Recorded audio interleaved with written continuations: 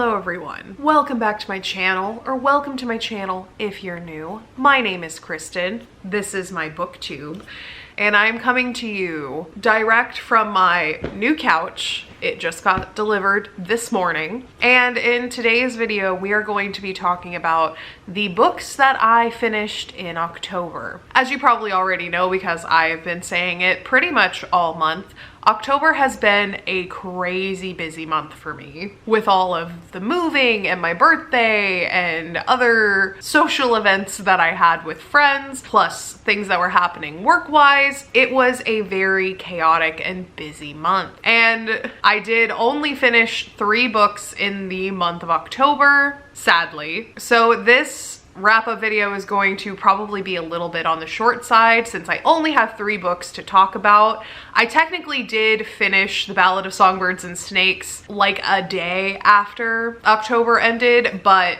technically did not finish it in October. So we will not be discussing that in this video particularly, but we will be talking about it in November's wrap-up since I did end up finishing it in November. Spoiler alert, I did enjoy it quite a bit, and I am looking forward to seeing the movie and getting into my full reread of the Hunger Games books. So let's go ahead and just talk a bit about the stats before we just jump into talking about the individual books that I finished. If you hear any weird whirring noises or something of the like in the background, I currently have my dishwasher going, and it is on the heat drying cycle, so it may be making a little bit of noise, but I think that the loudest parts of the dishwashing are over at this point. At least I hope so. So yeah, I didn't really get to read as much as I intended to in the month of October. I was just so physically and mentally drained for so much of October that I really just was not in the mood to read anything. If I was going to listen to something while I unpacked and things like that, I pretty much just listened to podcasts or music. For some reason, I just did not feel like I had the mental capability to read any books while I was in the midst of unpacking and moving and all of that stuff. So like I said, I only finished 3 books in October, and the moods for those books were mysterious, dark, tense, and funny. What one was counted as funny? Oh, okay. I guess. All of the books that I read in October were medium-paced books. I don't know if I agree with that. I feel like at least one of them that I can think of is pretty fast-paced, but I don't know what their criteria is for what a fast-paced book is versus a medium or slow-paced book. But I feel like for the books that I read, I would think at least one of them belongs in the fast-paced category, but nonetheless, StoryGraph has determined that they were all medium-paced books. I only listened to audiobooks this month, so there's no statistics on how many page numbers I read this month. And all of the audiobooks that I listened to were between 8 hours and 15 hours and 59 minutes, so in that medium length category as well. They were all fiction books, and the 3 books that I read this month were categorized as thrillers, mysteries, horrors, or crime novels. And the average star rating that I gave the books that I read in October was a 3.83, with 2 books being rated 3.75 and 1 book being rated 4 stars. So let's go ahead and just dive into the books that I rated 3.75 stars. Also, I guess we're kind of going in order of the books that I read because that's just kind of how it worked out, which is interesting. So the first book that I read this month and ended up rating 3.75 stars was Everyone in My Family Has Killed Someone. So this was a pretty interesting book, but I don't think it was interesting in the way that I expected it to be, with the title being Everyone in My Family Has Killed Someone. I thought this book was going to more so be about a family where they are quite literally cutthroat and they all have murdered someone in one capacity or another, and for some reason have not been caught. And that it was kind of gonna be a survive the night kind of vibe. Yeah, so I kind of expected, I don't know, I guess just a bit more murder heavy than it was. And not saying that it was bad, because it wasn't bad. I did enjoy it. It just didn't really hit all of the points that I expected it to, or that I wanted it to, and I think that's why I knocked it a little bit. I also did kind of see the big twist coming. I don't think that I completely 100% got to the solution for this book before it was revealed, but my suspicions were in the right place, and I knew that something was up with this particular person in the book, and then they ended up being the main culprit. So my suspicions were well founded. I just didn't get all the way to the solution before it was revealed. And I don't think that the solution was that hard to get to. It wasn't that big of a leap. And so for those reasons, I gave it a 3.75 because it was still a fun whodunit kind of book. And I was invested the entire time. I really wanted to know what was happening. The characters were entertaining. There were some, you know, funny quips, jokes, things like that. The family at the center of this book is not very close, but it's not for any reasons relating to the fact that everyone has murdered someone in the family. Because they're kind of this estranged family where they don't really get together too often. So this story centers around Ernest Cunningham, who is part of the Cunningham family, who are notorious in this area of Australia where the book takes place. I don't know if they're specifically from Sydney or if there's a specific city that they're associated with, but this whole family is getting together and going to this ski chalet for a family reunion. And if I remember right, I think that this is pretty much the first time that everyone has gotten together since the eldest brother was arrested for a murder. That's not really giving anything away because, as the title states, everyone in this family has killed someone. And the eldest brother is just the one that got caught, I guess. And he has served his sentence. He is being released from prison and he is joining everyone at this ski chalet for this family reunion. And from there, once everyone arrives to the chalet and Michael is on his way, we have the appearance of a dead body. And so the majority of the book is the family trying to figure out what happened to this stranger who is half buried in the snow. And the book pretty much focuses on the whole family trying to figure out who killed this random stranger who was hiking through the snow, and they're trying to figure it out before pretty much all of them get killed. They start being killed off one by one, and the family is trying to figure out who the culprit is. And this book was fun. It was interesting. It was kind of funny to have, you know, like standard family drama being wrapped up in the same breath with, you know, actual murders. And there were some like fun jokes poking fun at the family history and stuff like that. But in the end, I just wanted a little bit more from it, and I wanted it to be a little more suspenseful. I think that was my biggest issue with it, was that it just didn't really feel very suspenseful or thrilling to me. Because it did have like funny parts and jokes and things, it kind of kept me from really feeling that tension and feeling stressed out for the characters, which is nice in some senses because, you know, it's not that often that you get a funny thriller, but it did kind of take away from the thriller aspect. So it's kind of a give and take. So with this book, it's kind of like it gives something else with the comedy aspect, but then the comedy aspect also takes a bit away from the thriller aspect. So I just don't know if that particular setup is conducive for a good thriller. It's definitely a decent mystery, it's a decent whodunit, but I just don't think it could really be marketed as a thriller like it was on Scribd. So the next book that I rated 3.75 stars was A Flicker in the Dark. So this was my workbook club's pick for the month of October, and I did say that I was going to read this book far enough in advance to where I wasn't listening to it on double speed right up until the meeting. And that did not happen. I was so busy with moving and things like that, and as I said, I didn't really listen to any audiobooks while I was moving. So I did end up listening to this book on, I think, 2.5 times speed.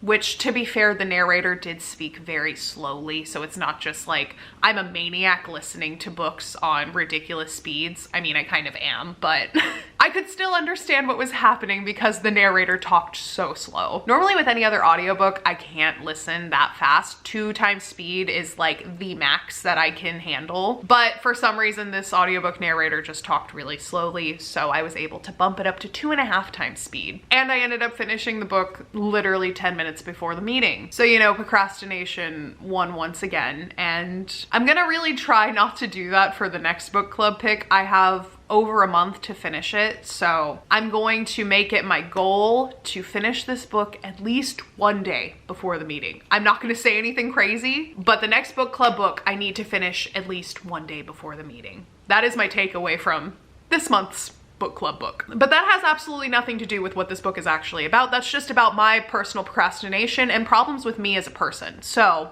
let's get into what this book is actually about. So A Flicker in the Dark focuses on Chloe Davis, who, when she was younger, I believe around like 10 to 12, a bunch of girls started going missing in her hometown in Louisiana. And I believe it was kind of like the first girl disappeared, and then 4 weeks later, another girl disappeared. And then 6 weeks later, another one disappeared. And they were all local teenage girls. Some of them Chloe was actually friends with and knew fairly well. And then others she knew of because it is a fairly small town. So not only does word travel fast, but it's a town where a lot of people know everyone else. So these girls going missing was a big thing that was happening in this town at the time. And this experience as a child really took a toll on Chloe. It made her very hyper aware of her surroundings. Even to present day, where she is in her 30s, she is still very jumpy, very afraid of basically shadows. And it kind of all comes back to these disappearances that happened when she was very young, and the fact that the tokens that the serial killer took from the victims were kept in a shoebox that she ended up finding in the back of her parents' closet, which led to the arrest of her father for the suspected murders of these missing girls. I don't believe any of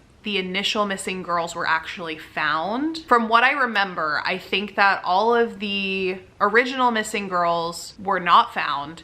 And so these mementos that were in this shoebox that Chloe found were pretty much the only evidence tying her father to these girls. And it ended up being enough for the district attorney to prosecute her father for these crimes, which he eventually took a plea deal for so that he wouldn't get the death penalty. And it's a whole thing. That is the basis for our story. That is like the background of what happened before current times in this book. So where the book picks up is with Chloe, who is a psychiatrist living in Baton Rouge, Louisiana. She is engaged to be married, and she has seemingly kind of moved on with her life, is trying to move past her past and just get on with building her own life. And then more teenage girls start to go missing. And this time it can't be her dad because her dad is still in prison. So Chloe basically has to reopen all of these traumatic wounds that she has from childhood and the first time that these things happened in order to try to figure out what is going on and who is taking these girls now. And it is a long, windy road to get to the solution. And this book does do a good job of misdirection and making you suspect lots of different characters throughout the book. However, the reason why I gave it a 3.75 is because my initial suspicion was the correct one. And I did figure out who the perpetrator was fairly early on in the book. I think in like chapter 10, maybe even chapter 8, I was already suspicious of this person. And then the rest of the book kind of just felt like it was trying to trick me into thinking something else. But in the end, my initial thought was correct. So I ended up giving it a 3.75 for that. And I mean, to be fair, it wasn't anything that was blatantly said out loud. It was really down to the recounting of the events that had transpired and the specific phrasing that was used by certain characters that led me to believe that the actual perpetrator could only be one person. And I was correct. So I don't think it's really like made blatantly obvious, and there is a good job done of kind of misdirecting you throughout the book. So in the end, maybe it was just my attention to detail that got me there, but I still enjoyed the book overall. Okay, and the last book that I finished in the month of October, which I think I finished it on October 30th, was actually a recommendation from one of you guys, and that is Graveyard of Lost Children. So this book is a psychological thriller that is very heavy in the themes of new motherhood, childbirth, postpartum depression, all of that stuff. So if that is something that you're sensitive to, maybe skip this book. I can definitely see how this book would be triggering for people who do have trauma surrounding any of those issues. I do not have any children, so not really something that hits that close to home for me personally, but I could definitely see it affecting other people adversely if they went in blind without knowing that. So Graveyard of Lost Children is centered around Olivia and her wife, Chris, as they welcome to the world their new baby girl, Flora. And pretty much the entire book takes place within the first couple months that Flora is alive. The book begins with her birth, and then by the end of the book, I think she's probably like maybe 4 to 6 months, something like that. So the book doesn't span that long of a time frame at all, really. And a lot of things happen in the course of this book. So our main character, Olivia, not only is a new mother herself, but she has a bit of a traumatic relationship with her own mother, because when she was 4 months old, her mother attempted to kill her by putting her inside of an old well in the middle of a forest, because she believed that the baby that was sleeping in her home was not actually her daughter, but was actually a bundle of sticks and sap and things of the like to make it look like a real baby. Essentially, she was convinced that Olivia was a changeling and was not actually a human child, but that her real child had been stolen from her by this mysterious entity that is present throughout the book, known as the woman with long black hair. So that is what happened to Olivia's mother when she was a new mom herself. She was a teenage mother, got pregnant at 16, gave birth, and then slowly became convinced that her baby was not actually her baby. And after her mother attempted to take her life, her mother was then sent to a mental hospital where she had been for the last 20-ish years under supervision, going to regular therapy meetings, taking her medication, all of that stuff. Olivia's mother, whose name is Shannon, I should say her actual name. So like I said, the book picks up with Olivia giving birth to her daughter, Flora. And the issues for Olivia pretty much pop up right away. I think she goes in for like her 2-week checkup or something like that for Flora, and the doctor tells her that the baby is jaundiced, that she's not getting enough to eat, and Olivia just feels like the only thing that she does is feed Flora. She starts to become convinced that this baby is quite literally sucking the life out of her, and that her baby is not in fact her own baby. She senses that something is off with Flora. She talks about how her eyes are different, which, to be fair, newborn eyes do change a lot. So I don't know if that's really like a concrete thing to latch onto when your 2-week-old baby's eyes are changing color. I think that's a fairly common thing, but I'm not gonna judge her for that.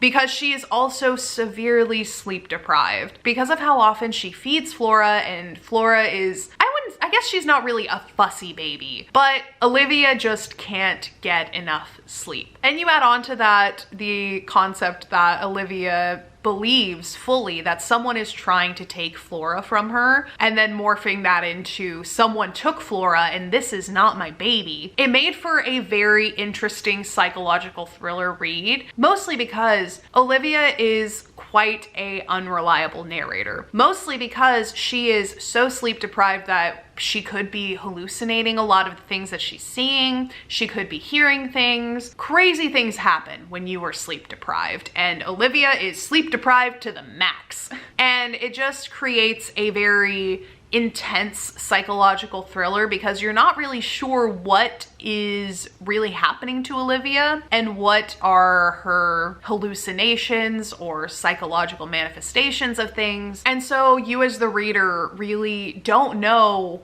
what is fact and what is not. And I just became suspicious of so many people. I was thinking that certain people didn't actually exist in the book. I was going down rabbit holes of like supernatural entities this could be, or just like going down psychological rabbit holes and trying to rationalize it that way. So the main portion of the book really did keep me guessing for a lot of it. And I think that the author of this book does a great job of kind of giving you scraps of information at the right times to where you draw the wrong conclusions, if that makes any sense. There's quite a bit of withholding of information and certain characters not wanting to reopen wounds and rehash the past, so they're not willing to talk about things that happened in the past. And that all just adds to the spookiness factor, to the mysterious vibe of the book and all of that. So overall, I really did enjoy this book. It was a really good choice of book for me to read right before Halloween because it really did give me that like spooky, creepy factor that I wanted. So thank you so much to Brandon once again for recommending that, because I did really enjoy it and I read it just in time for Halloween and it gave me all of the vibes that I wanted. So the reason why I rated it 4 stars and not 5 out of 5 was because of the ending. I just wanted a bit more information out of the ending, and I just didn't really feel like I was satisfied with the explanation in the end. So I think that that's more of a me thing than anything else, but I still gave it 4 stars because I do think that it's a really good book. I think that it deserves the 4 stars. I just wanted a little bit more detail and information out of the book in the end, and I didn't get that. And yeah,